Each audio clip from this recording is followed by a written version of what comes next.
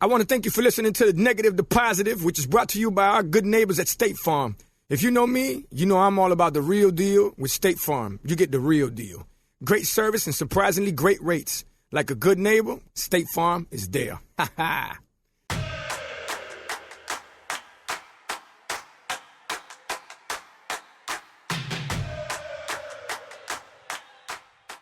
Stelio Chico Pitbull, Mr. 305, better said Mr. Worldwide. And you already know that we're reporting live from, yes, Slam Public Charter School in one of my old neighborhoods in Miami, Little Havana. I got the beautiful, sophisticated, very sharp Jennifer Valdez. Hello. Yeah, we're playing musical chairs this time. Next time.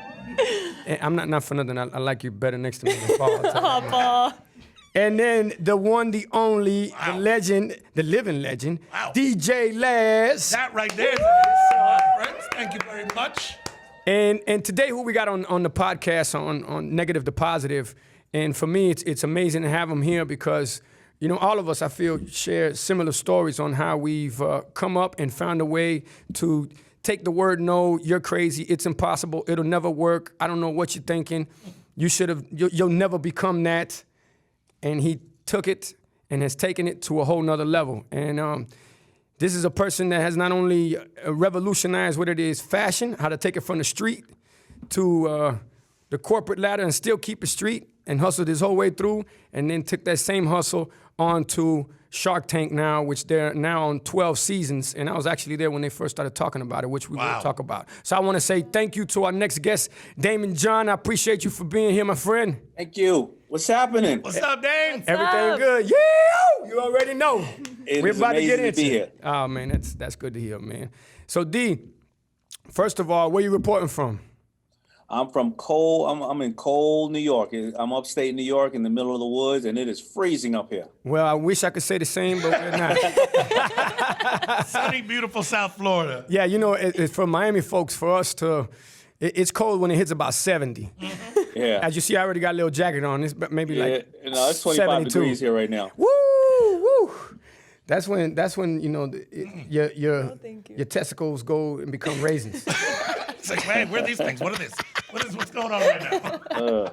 Look at D. That's like,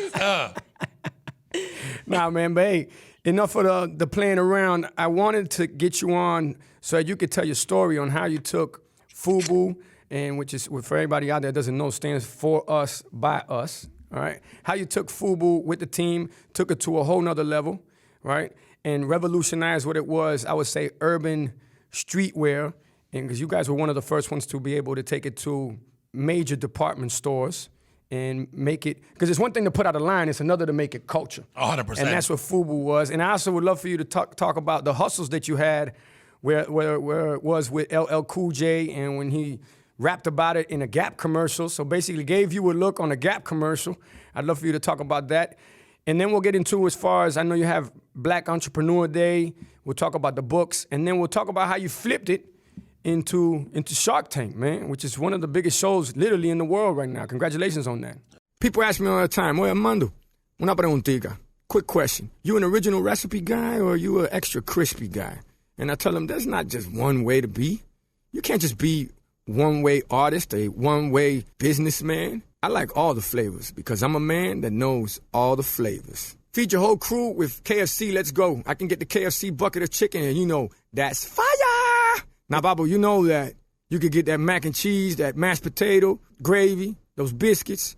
Now that's trouble right there. That is fire right there. Pero mi madre, que rico. It's a home-cooked meal. You don't even have to cook. You know, on Negative to Positive, we always talk about striving and achievement. And Colonel Sanders was more than just a cook. He was an entrepreneur. He was driven. He was rejected. And mind you, the Colonel Sanders story is a story that inspired me since I was 10 years old. Look how life comes full circle. Now I'm talking about Colonel Sanders and Kentucky Fried Chicken and how much I love it. Que rico.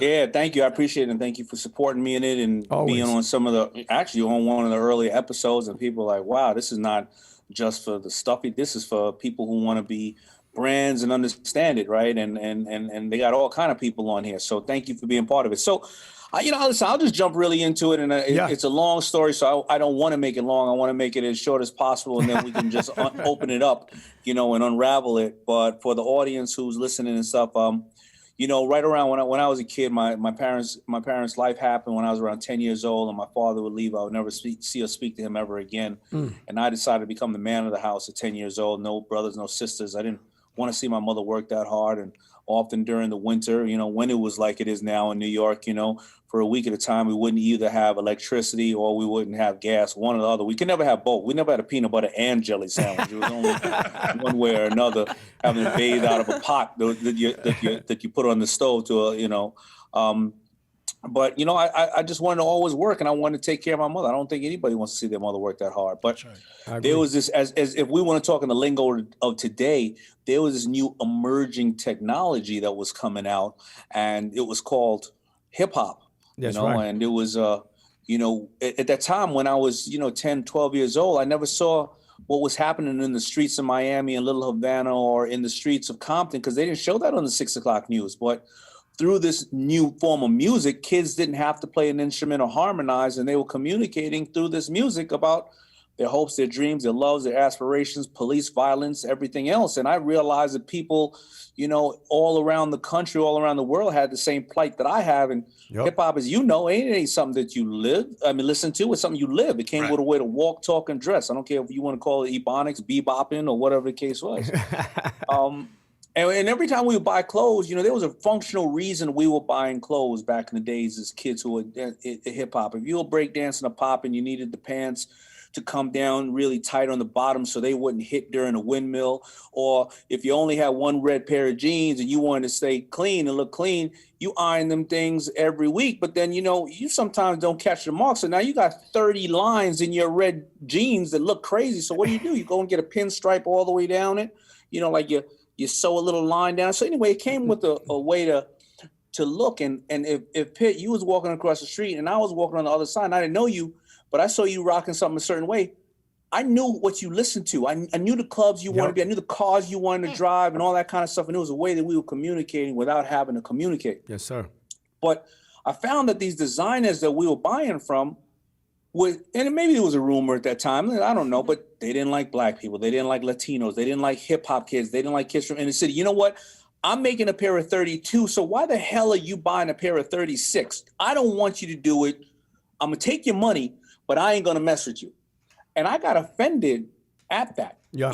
Companies like Timberland were like, well, we don't make our boots for drug dealers. Well, if you technically make the best boot in the world and you selling it to construction workers or hikers, you shouldn't be making a pair of kiwi or strawberry Timberlands. You're making it for us. You know what I mean? So I came up with an idea. I'm going to come up with a company called Forest Bias. It's not about only a color. It's about a culture, because I didn't want to be a bigot the same way they were. I would dress third base. I would dress Beastie Boys. I didn't care what the color, as long as you was ill and you was somebody we could respect on the street.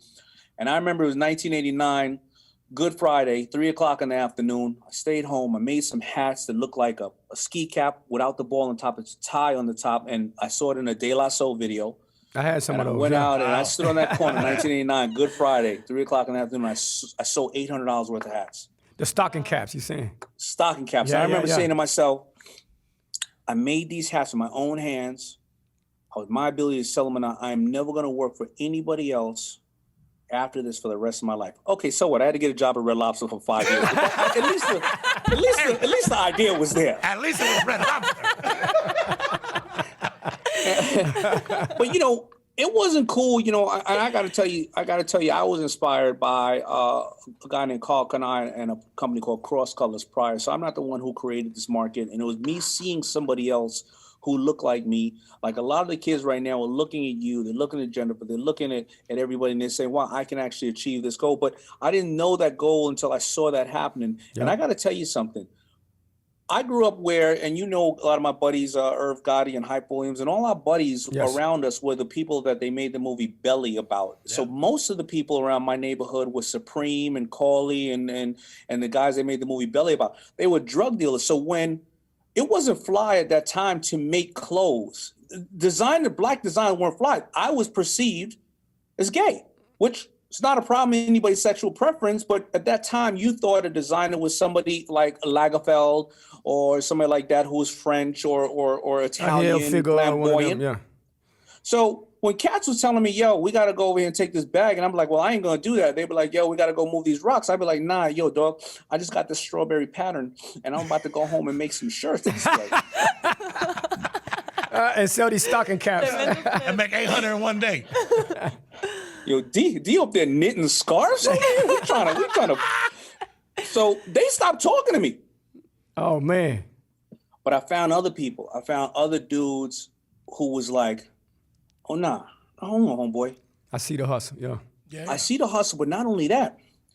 When we go to a video set and they kick everybody else off, D be like, yo, I'm over here dressing an artist, homeboy. You know what I'm saying? And then I'm up there hollering at the video chicks. I'm eating the free food. Yeah. I'm watching L and all them perform. And I'm from Hollis, Queens. So who comes from Hollis, Queens? LL Cool J, Run DMC, Salt and Pepper, Lost Boys, Tribe Called Quest, Yes. Onyx, everybody, Keith Sweat, Irv Gotti, 50 Cent, Ja Rule. I was on all kind of video sets. I was having a good time watching the world's most famous artists, or the most famous artists as far as I'm concerned, do their thing, getting my hustle on, and slowly but surely I was doing something I love, and I was slowly building something that I never thought I would be able to accomplish.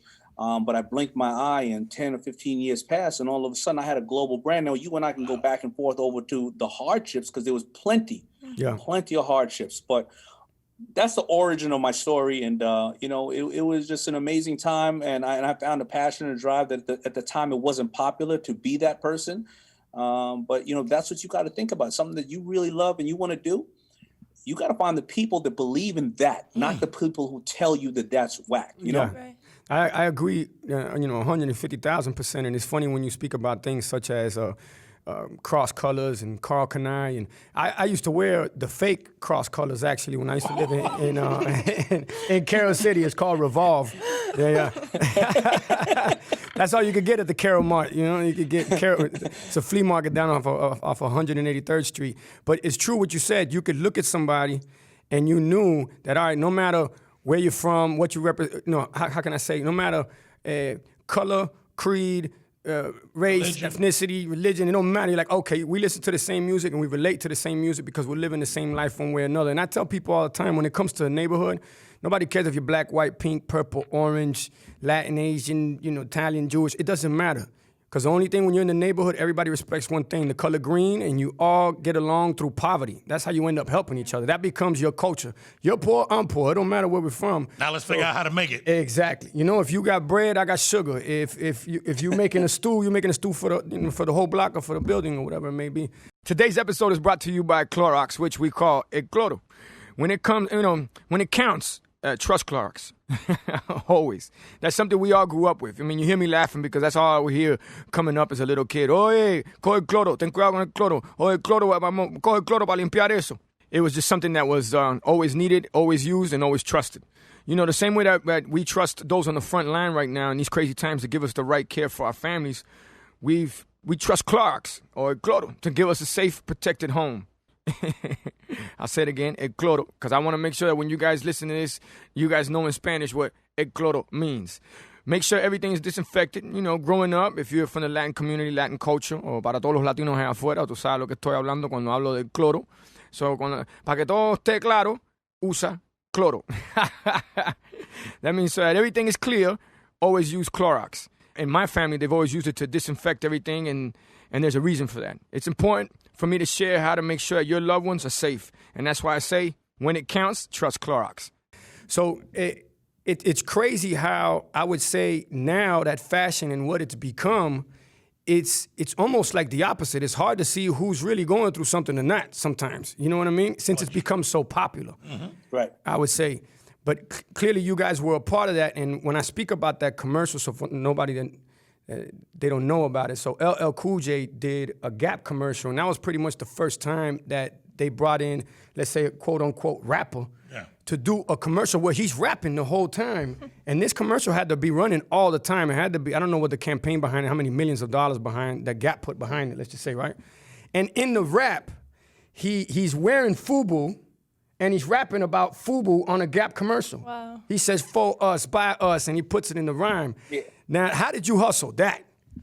Now, I wish, I think that is the night and day difference of what you call a partner or an influencer. You know, we didn't know Elle was going to do that. And Elle at the point, you know, like we had created a movement and there was this frustration that people were having about people trying to exploit the culture that we love so much. And Elle felt that when he called them, that they had that coldness. Yeah, what's your name? LL Diddy, Doo-wop, yeah. Whatever your name, Diddy Doo-wop. Yeah, just come do the ad. And he was like, I know, but I got a funny shaped head. Can I wear this hat that, you know, yeah, whatever, come on in. So he goes and he does a rhyme and he says in the rhyme, for us, by us, on the low. Because he does a cappella. Now, all those people who didn't understand the culture, they clapping. Oh, it's crazy. And you know what I mean? It airs, they spend $30 million in airing this ad over the course of a month. And we sitting there every day in the office, we're going, yo, I can't believe this. Like, this dude did not catch on. And I think they said it was a dude who, like a dude from FedEx or somebody, they said, or UPS came in the office one day and somebody was talking to him. He was like, yo, I love that FUBU commercial you're doing. They're like, what are you talking about? Yo, let me tell you something. Let me tell you what's up. And he told them what's up, and they pulled the commercial. Now, oh man. Here's to their, you know, listen, I got an ego and I'd have felt crazy about it. So they fired everybody, obviously. And the people that remain, like the head of the company, they did their analytics and they found out that the target market they were trying to hit, this was their best time ever, their best year ever. The African American Latino market, it increased 300% in their stores because everybody thought they can get FUBU at the Gap. So you drove traffic there by default. They called us up. We gave each other a big old sloppy wet kiss, no tongue, and they spent another $30 million re-airing that ad. That's wow. Well, yo, that's an amazing story. Yeah, that's amazing. Wow. Yeah. It just goes to show you hard work pays off, man. And I always tell people, the harder I work, the luckier I get. And it's about being at the right place at the right time. But if you everywhere, then one way or another, you're going to be at the right place at the right time. And that's one thing that I always remembered about FUBU. It was showing up in videos, showing up in movies, showing up in commercials, showing up in the neighborhood, you know, and that was the difference of the hustle than what it is now. I think like on these platforms and this sense of instant gratification, that's the difference of building, I would say, a name, number one, building the brand, number two, but then becoming culture, number three, and that's what you did with FUBU. And then taking it now, and clearly you've seen the show Shark Tank. Definitely. Well, funny story is a friend of mine that introduced me to Daymond. His name is Teach, and Teach was a big part of my career, one of the first managers in my career. And what up, Teach? yeah, one time for Teach, one time for House of Mac. Yeah. House of Mac. Yeah, and when he introduced me to Daymond, we start talking in the whole nine, and it was about maybe, I would say, maybe a month or 2 months later, Daymond's like, hey, we got this idea for this show called Shark Tank. I want to bring the producer to it just so you guys can meet. It wasn't about me being on it. It was more like, hey, what do you think about this idea? Which I thought it was genius, but I didn't think it was going to take off the way it did. And now you guys have revolutionized not only television to a certain extent, but businesses and also the public on how they look at business, how they break down businesses. Because it's no longer about just a big number. Now people think percentages. Oh, what's the percentage I can get off that business? So how was it that you got involved with Shark Tank, or how did you even see the vision behind that when they pitched that to you?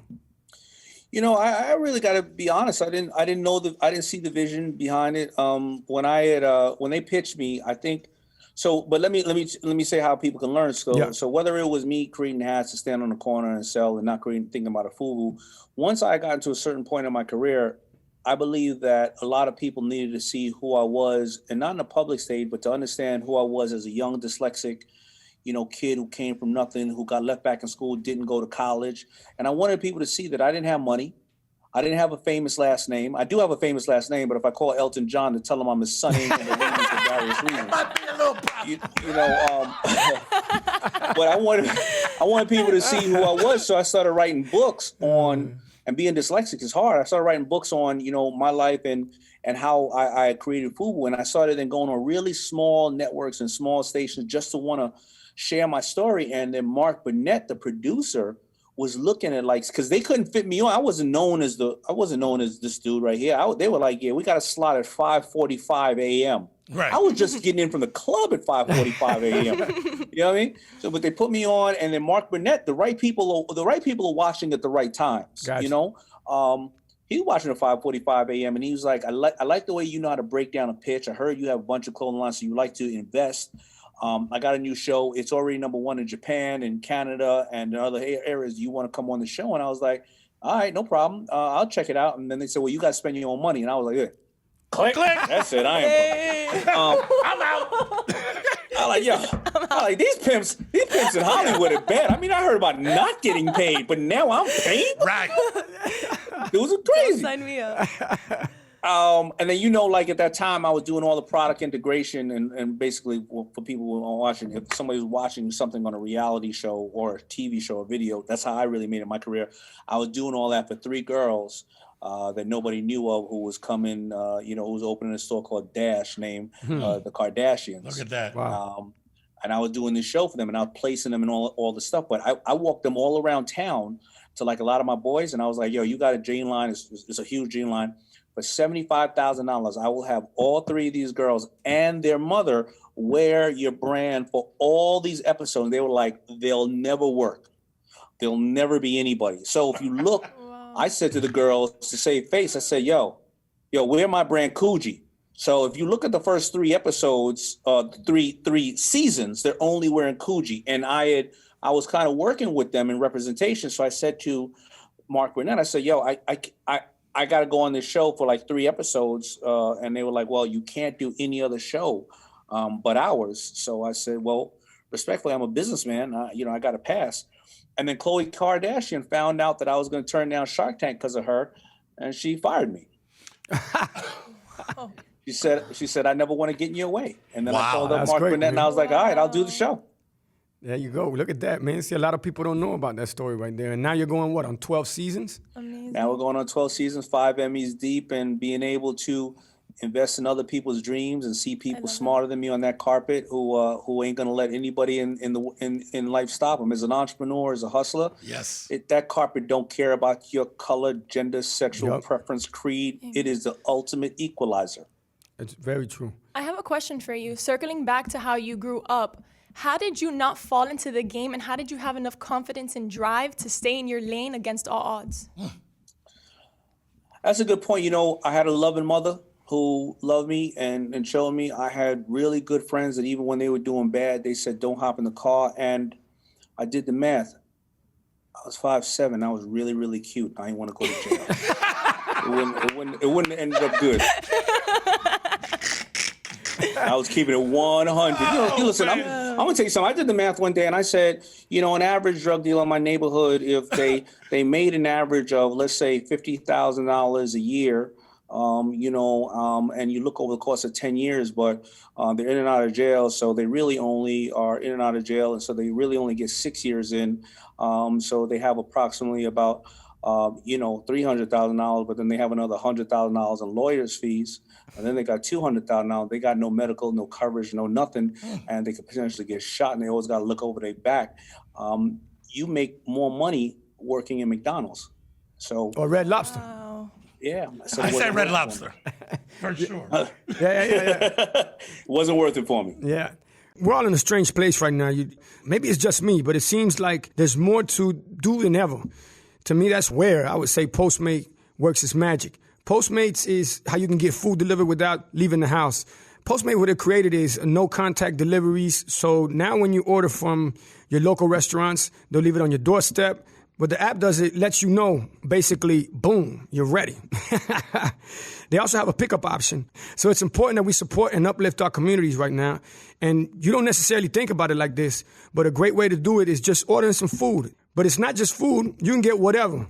And when I say whatever, it's whatever you need from places like Walgreens, 7-Eleven, and Postmates will drop it off right outside your front door. Yes, that's right. That's called front door delivery service at its finest. So for a limited time, Postmates is giving everybody that listens to Negative to Positive $5 off your first 5 orders for your first 7 days. To save $5 on your first 5 deliveries, download the app and use the code Pitbull. The code is Pitbull for $5 off your first 5 orders when you download the Postmates app or sign up online. The way I put it is anything you need, anytime you need it. Postmate it. Well, it's crazy that we have somebody in common, and you mentioned them earlier, which is Irv Gotti. Yeah. And Irv Gotti's somebody that changed my life. It was first of all, it was the teacher that gave me the invitation to the video shoot at a DMX featuring Dragon Rough Riders video shoot in '98. And it was Irv Gotti that when I finished battling Dragon, he came up, he's like, hey, let me ask you something, you the one. And mind you, I'm doing this very candidly because Irv is very animated. He's like, yo, Irv's like, yo, come here, man, you know. And he's like, you the one causing all this ruckus up here? And I'm 17, 18 years old. And I said, yeah. He said, do you write music? I said, nah, I just freestyle. He said, yeah, that freestyling shit is great, but it don't make no money. And that was the light bulb, boom. And I said, man, I got to start writing music. So it was due to Irv that I started writing music. That's crazy. And then he gave me my first chance. He said, hey, if you make it up to New York, I promise you a chance in the booth. You know, I had just started writing, and about a year later, I was hitting Irv. I kept hitting him up. And finally he said, if you make it up to New York, which I went up in a Greyhound, and I stayed in Washington Heights, stayed on one of my dogs, you know, one of the floors, slept on his floor for about 2 weeks. They taught me how to take the train. Went to go see him in the studio where Jay-Z was recording I think it was Hard Knock Life 3, if I'm not mistaken, Volume 3, or Blueprint. That's what he was performing, recording. And Irv was working on the Murder, Inc. project with Ja Rule, Black Tie, Black and Cadillac Tie. Oh. And what was the girl's name? She was good too. Shanti? No, Shanti Wolf. No, the rapper, yeah. Shanti knocked it out the park. Yeah, I forgot. She was in Belly also. I forget her name right now. But either or, I could walk in there and Irv makes beats. He's a producer. Mm-hmm. He's the one that brought Jay-Z, Ja Rule, and DMX to Def Jam. Gotcha. Okay?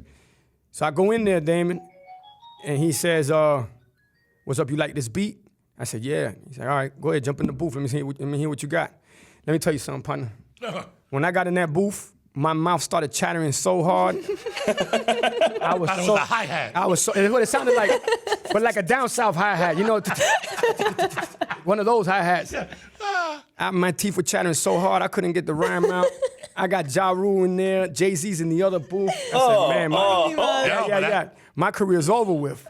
And Irv was basically saying like, nah, you ain't ready yet, partner. And I wasn't, but I took it as man, you know, I got to be ready for these kind of opportunities. Yeah. And I wasn't. So next time Irv seen me, I was down at Luke's studio in Miami, and he heard me rapping in the booth that time. When I came out, he said, see, now you're ready. And it's crazy how Irv was somebody that took a lot of acts that maybe not too many people either believed in because of their backgrounds, DMX, a Jay-Z, and then Ja Rule had a different business deal with another record company, which became complicated, you know. But he took that, and when he took it over to Def Jam, he made Def Jam $500 million in 1999, if I'm not mistaken. And hip hop was #1 over country that year, with all the records that they were putting out. So it just goes to show you between myself, Daymond, and Irv. I mean, Laz also, and Jennifer, you on your way, girl. You're on your way. I know you're on your way. It's all about going against the grain, and no matter what they tell you, just knowing that in the word impossible is possible. Definitely. You know. Now another thing, since I'm reporting from Slam, and who would ever thought a kid that didn't graduate from high school would be at his own school, being able to talk to you. And I think it's a perfect time to bring up Black Entrepreneur Day. So what exactly does this embody, Daymond? What is it you see? What's the vision? What's the goals? And how can we help in any way, shape, or form? Well, I mean, just mentioning it is great because, we've seen what's going on in all the neighborhoods. And this is nothing new to any of us who grew up in the neighborhood. This happens to be just new to everybody else. And as they say, racism didn't just start. People are just filming it now. And a lot of us have a heightened attention or a heightened sensibility right now to what's going on. And no matter where you are, you can make a change. And I said to myself, man, nobody's talking about Black Entrepreneur Day. So about 3 months ago, I just said, why don't I come up with something called Black Entrepreneurs Day? I realized nobody trademarked Black Entrepreneurs Day. I put it out. I called all my buddies, and I'm going to probably call you for the next year. I had on there Gabrielle Union, Shaq, D. Wade, and Bob Johnson and LL. And then also I got like Chase Bank and everybody support. And I gave away $250,000 of scholarship grants to people. And I just highlighted people like Shaq and D Wade and people who said, yo, here's where I messed up in life. I hate hearing everybody's, that story, their sizzle reel, right? So we were sharing each other's bloopers reels from things and it really went well. And we got, the analytics is there. There's a lot of people that supported it. But I wanted more people like the people right there where you're at, in that school, to see that you can actually make it, and think outside the box. And that's just it. And every single one of us can create a small change. I love what you're doing with the charter schools. And I don't think a lot of people know about the people who are in front of the cameras, what they're really doing in the back of the camera. Yeah, and like you say about the sizzle reel, and most of the sizzle out there is all sizzle, no steak. To be honest with you. And as far as that, Daymond, you could definitely count on me. You got to let me know, obviously, what you're thinking about next year. And where did you pull it off this year at? Was it through Zoom? I pulled it was all online. We got 8 million views and we got 2.5 billion impressions. Media impressions. Wow. So, just to put the awareness out there, man, and it's a good thing. And then you were gracious enough to be in my last book that also became a New York Times bestseller book, Power Shift, to tell people how during these times, and you and I did that interview a year ago, and then all of a sudden, when it dropped in March, right? As soon as COVID dropped, about people having to shift, right? Yep. But it wasn't that I couldn't foresee that COVID was happening, but reality is there's two type of ways to think about this world. The world either happened to you or you happened to the world. And ever since the Declaration of Independence was signed, there's been 47 major events that has happened in the world, whether it's world wars, Spanish flu, .com bubble crashes, planes crashing into buildings, coronavirus. Listen, 5 years from now, or maybe 2 years from now, aliens are going to come down and treat us like stone crabs and eat all our left legs and let us run around on our right. Oh, they don't want my left leg. I think you got the best left leg. They're coming for you gonna first. leave me alone. They're like, hang now. You're going to be like that little kid in the movie Z. Remember with Brad Pitt? That all the zombies ran right by him? Yeah, exactly. And he was up there. No, what's wrong with my leg? Why don't you like this one? So something that happened. How are you going to be paid? Listen, you can only control what you can control. Yes. And you can't. And that's what Pitt and all of us are talking about right here. We, Laz and Jen, none of us was gifted anything, man, and we had to just do it. And we're in control of our destiny. And the kids got to know that. Don't let all these other people tell you different. Nah, and especially in this society where I just break down two words, and you're right as far as it's all about how you pivot, reinvent, re-challenge yourself, and it's survival of the fittest. When the going gets tough get going. And clearly that's what we're living now, but we've lived it our whole life. They call this a pandemic. We grew up in an epidemic. It was a cocaine, AIDS, crack, heroin epidemic that we were growing up in, which always taught us how to pivot. And it created that intuition that you were talking about earlier as far as, and it's good that some of your dogs that would tell you, now you know what, don't get in this car. Yeah, right. Get out the car right now. This one ain't for you. Because they believed in you, and they knew that at any time in one of those cars, you're looking at 10 to 15 years, 25 to life, depending on how dirty people are riding or what they're about to get into. Yep. This is Negative to Positive, and I know you're absorbing all the knowledge we're putting out there. Our mission is to educate, inform, and also make sure you have a good time while we're doing it. And we're brought to you by State Farm. So keep in mind, when you're planning your future, they're going to get things right when it comes to insurance. Now, it's important to have a little extra change in your back pocket. So I'm taking a minute to remind everybody. State Farm has great service and surprisingly great rates. Check them out when you have a minute. They're going to get things done the right way. This podcast is all about elevating ourselves and changing from negative to positive. When we were looking for a partner for Negative to Positive, I came up with State Farm, and I want to tell you why. 3 reasons. Number 1, we're going to get knowledgeable agents. Number 2, you're going to get great service and great rates. Tremenda sorpresa. And number 3, you're going to get the real deal. Because like a good neighbor, State Farm is there. And number 1, number 2, and number 3, that's everything that Pitbull embodies. I'd advise highly that you check them out. You know what it is. Now, as far as today's society, as they live, they say what social media is the socializing, what reality TV is the reality. So therefore, you don't have really kids that are doing this anymore, having this conversation, look at each other in the eyes, give each other a firm handshake. Well, I know nobody's giving handshakes right now, but but where I'm going with it is they live by these 2 words. It's followers and likes. And I tell them, man, hey, you don't want to be a follower, and who cares if they like you or not? What you want to be is a leader and unique. Leaders make a difference. Leaders are the ones that take risks. And my teacher, Hope Martinez, who changed my life, and you'll hear me always talking about it because it's the truth, she told me the biggest risk you take is not taking one. So in these times, you got to be ready to take risk. You got to be ready to feel uncomfortable, because that's what makes you create solutions. I've always said an oppressed mind is a creative mind. When you put somebody and you just keep choking them, and the system's against them, somehow, some way, they figure out and they create their own system, which is controlling your own destiny, what Daymond's talking about. So to all the kids out there that are listening and to everybody out there that thinks that instant gratification exists, I'm going to say it again and I'll continue to say it. It does not exist. Nope. Just like perfect doesn't exist. Imperfection is what, if you put that word and you space it out, what is it? It's imperfection. So you got to own your life, got to own your story, and got to own the ride, bottom line, especially with what's going on right now. And like you said it, we could call it a pandemic, scandemic, plandemic, whatever, but may or may not be. We won't know the truth till 3 to 5 years from now when everybody figures out there's like, oh, wow, that was real, or we all fell for the okie doke. And I don't understand as people continue to follow the rules and regulations, the numbers just keep spiking. So usually when I tell you to do something, it works. Right. But that's a whole nother story, whole nother conversation. But Daymond, with that said, in the books that you've put out, in Shark Tank and what you've been involved in, FUBU, how you took that and made it culture, what do you see now? What are you looking at right now? I know we've done speaking engagements together, which is, I love that world, by the way, I really do. I love to speak to people that are hungry, ready to, because me doing a concert, you got about at least 25% of them out there hating. They ain't even want to show up that night. Man, why am I going to come check out Pitbull? I don't want to see no rapper. They bought a ticket. Or either that or they got somebody that brought them with them, or the girl wanted to go, they didn't want to go. Perfect. Then they become a fan. Oh, you already know. That's the You already best. know that's the lick. But half of them, they're hating. And mind you, if nobody's hating, that means you ain't doing nothing right. Bingo. I'm all about that. But when you're at a speaking engagement where people are in there hungry for knowledge, hungry for jewels, hungry for gems, hungry to make their life better, it's a whole different environment and ambiance. So how did you start getting into the speaking engagements, Daymond?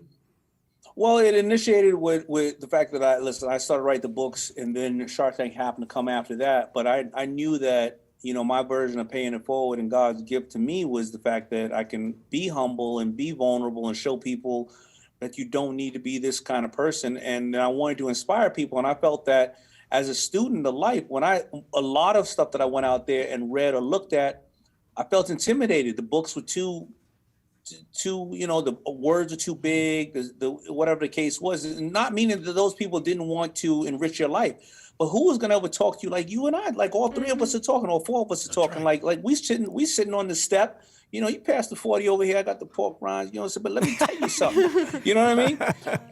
And that's what I wanted to see. And you know what? I was gifted the fact of being on a show that all colors and all genders like me. So it wasn't only me talking to one. It was me being able to talk to rainbow people, and as well as seeing them relate to me, a black male, to say, hey, like Pitt, your music does the same. It shows we have more in common than we have apart. And when you start to educate people simultaneously on, emotional intelligence, racial intelligence, and various other things, as well as inspiration, you just create a better place, and it feels good. Now, honestly, I'll be very honest, man. When I come back, I want to be, in shape with a lot of 3 or 4 girls on stage, talk 2 different languages, and be able to get like, I want to do that. But for the moment, I'm really happy where I'm at. But it's great to see an audience. You know better than I do, man, to see that you made somebody's day or night, and you took them out of their whatever their challenges were for just for that moment, you know what I mean? And and you see that you do that, and then you see them down the road. They write you, or they text you, or they see them. They be like, "Yo, I was in a place, man. You took me away for a minute, or you changed my life." That is the most rewarding thing in the world, to know that you've been able to do that to people, and that's what I like. That to me is it's all about that moment. Like what you were saying. And Irv changed my life in a moment. Hope Martinez changed my life in a moment, and to see that, yes, it is priceless. And even like when I'm, it's gotten to the point in the school when they see me, they're just like, oh, there go Pitt. It's oh, there go Pitt. He's going to say the same thing over again. We get it. But to be able to look in their eyes and being able to understand their story without even having to have that conversation and know what they're going through at the crib or in the neighborhood, one way or another, and to give them a place, number one, where we believe in them and give them opportunity for the future. It's the same way I feel when I'm in the speaking engagements and looking out in that stage. You're seeing people out there just hungry. Like, I know you're going to say something that's going to change my life.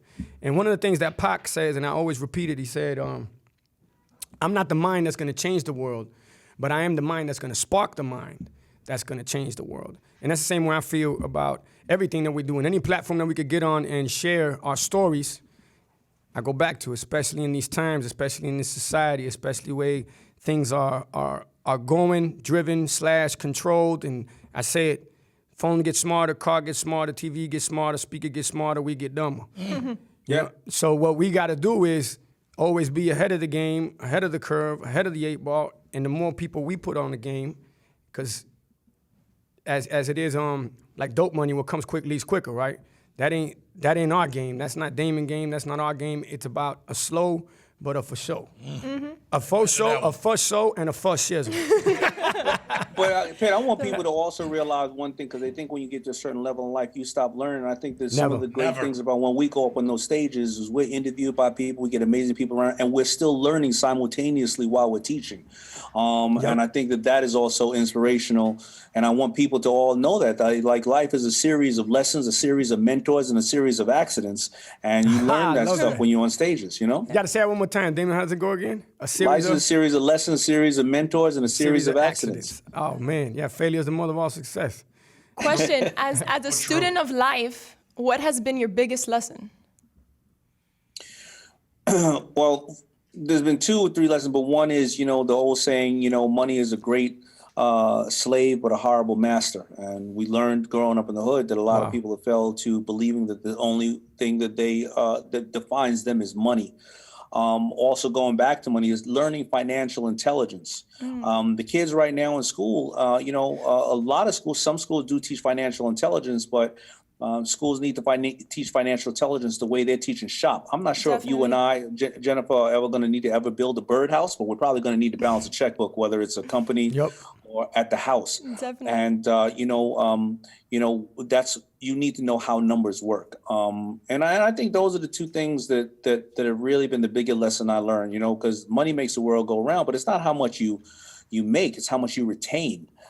Tony Robbins, a good friend of Pitts and I, tells a story about a man who grew up who was born, just got out of slavery. The highest paying job he ever had was $30,000 in the 70s as a UPS worker, but he retired and left $70 million to his family because of the way he understood how financial intelligence would work. If you would have bought in the year 2000 $20,000 worth of Apple stock, you would be a billionaire right now. So missed that boat. So there's a lot of things, and I don't want to even pit and I to tell you, yo, you got to go out and hustle and be an entrepreneur. No, you don't. I'll tell you what to do. Learn how the stock market works. Put your money over there and invest in other brilliant minds, because they ain't going to take Steve Jobs' ass and dust him off and ask you any questions or any way to solve Apple, or invest in Elon Musk or some of these brilliant people. So there's so many ways to get your hustle on, as long as you educate yourself on how you're going to do it. Yep, absolutely.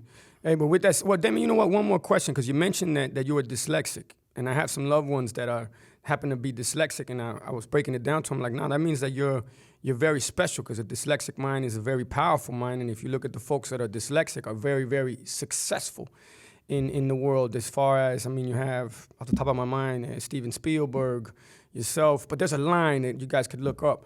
So how was it that you, number 1, figured that out, and then number 2, overcame it? So I agree with you, and a lot of people don't know 8 of the 12 sharks are dyslexic.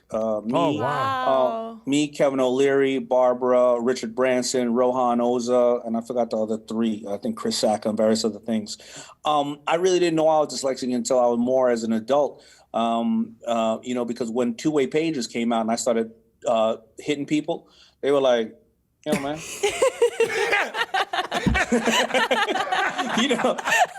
What's going on here? Because when I wrote my mother a card, a letter when I called, she loved me. She was my mother, right? When the teacher answered something I wrote her, it was an F on it. And when I wrote a girlfriend a love letter, she left me. So I didn't know what was going on. But when I started publicly emailing and two-way cats was like, hey, homie, the word is cat. There's no cat like that. There's no E at the end of cat. So that's how I learned it. But I was so confident with myself. It's not easy. I definitely know it's not easy when you're prioritizing yourself. There we go. I got it. When there's a lot on your plate. So investing in your mental health has a long-term benefit. And with Talkspace, it can actually be affordable. With Talkspace Online Therapy, it'll connect you with a licensed therapist for a fraction of the price of in-person therapy. Get matched with your perfect therapist from the comfort of your device and reach out 24/7 whenever there's something on your mind. Best of all, an entire month of Talkspace costs about the same amount as a single in-person session. Talkspace has thousands of licensed therapists trained in over 40 specialties, including anxiety, depression, relationships, and more. The bottom line is that we all need someone to talk to. Talkspace wants to give us the support we deserve at a price we can afford. As a listener of this podcast, you get $100 off your first month of Talkspace, and that'll match you with your perfect therapist. Go to Talkspace.com or download the app. Make sure to use the code Pitbull to get $100 off. That's right. Make sure to use the code Pitbull, Pitbull, to get $100 off your first month and show your support for the show. That's Pitbull and Talkspace.com. But, I'm gonna tell you something, because if any parents are watching, especially if kids are watching, Absolutely. Two challenges with dyslexia. There's a lot of brilliant people there, but there are also a lot of brilliant people that are dyslexic that are incarcerated. Seven presidents were dyslexic. 85% of professional chefs are dyslexic, and Einstein was dyslexic. Wow. It's a new form. Yeah. It's a different form of learning, because generally hieroglyphics and the human race has studied that. But if you're in second or third grade and you're dyslexic or you have a lack of hearing, you don't want to go, huh? Because what happens is, of course, kids are kids, and sometimes they may say, oh, you got me, whatever the case is. But you live in the hood, you don't have resources around you, and you brilliant, the cats are going to be like, yo, I don't care if you know how to read or write, or you good. Come over here and help me make some money on this corner. I got some money for you. So for the parents out there, if you think a kid is dyslexic, because there's no drug like ADHD or ADD, that a drug that can address it so they can advertise to obviously get you help. And the only way you can cure dyslexia, or not cure it, adjust it, is for the kid to learn a different way and educate and work harder.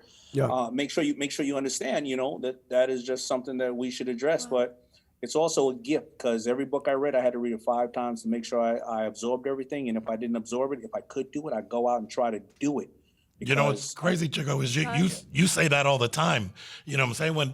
There's no such thing as dumb. It's just kids learn differently. We all learn. You know what I'm saying? Yeah. That happened to me on the radio. I would have to read a script on the air to cut a commercial 4 or 5 times before I could actually do it and perfect it. Yeah. So there's a lot of people out there, and I'm glad you guys touched on this, because I guarantee you there are people watching this podcast right now going, oh my God, that's me, or that's Pepito, or that's such and such. Yeah. And this is truly from a negative to a positive. Because just think about it. People are watching this going, oh, shit. Yeah, it's when you own what you got going on, figure it out, and don't look at it like it's some kind of problem. Like I tell people all the time, there's no losing, only learning. There's no failure, only opportunities, and there's no problems, just solutions. So once you make it a solution and you own it, it's like, I'm dyslexic, man. Look what I got going on. They're going, oh, my bad. Okay, it's when you let people come down on you. Once you tell people, and you're a little vulnerable about what's going on, I'm so forth and so on. The cats that want to mess with you. If you be like, yo, listen, here's what's going on in my life. I'm busting my butt, but so forth are going on. And I'm going to tell everybody right now, everybody got a pass right now because of COVID. Yeah. Everybody got a pass. So if last year you was like, man, I don't want to tell people about my failure because they're doing so well. Yeah, exactly. Everybody gives you a pass right now. Listen, I'm doing really great. I'm down from 5 panic attacks to 2. I'm doing 7:35 in the morning, 8:35 at night. Everybody got a pass right now. Yeah. Hey, well, Daymond, man, I don't want to take up more of your time. I want to tell you, man, thank you so much. Congratulations. Yes, you can definitely count on me for a Black Entrepreneur Day and anything that you need. We're going to keep it going. Thank you, Jennifer. Thank you. Hey, I appreciate you. For sure. Thank you, Daymond. So with that said, man, stay safe, stay blessed, and keep knocking out the park, Papito. I'm always proud of you, man. Thank you, brother. Love you. Yeah! Love you right back, man. Dale!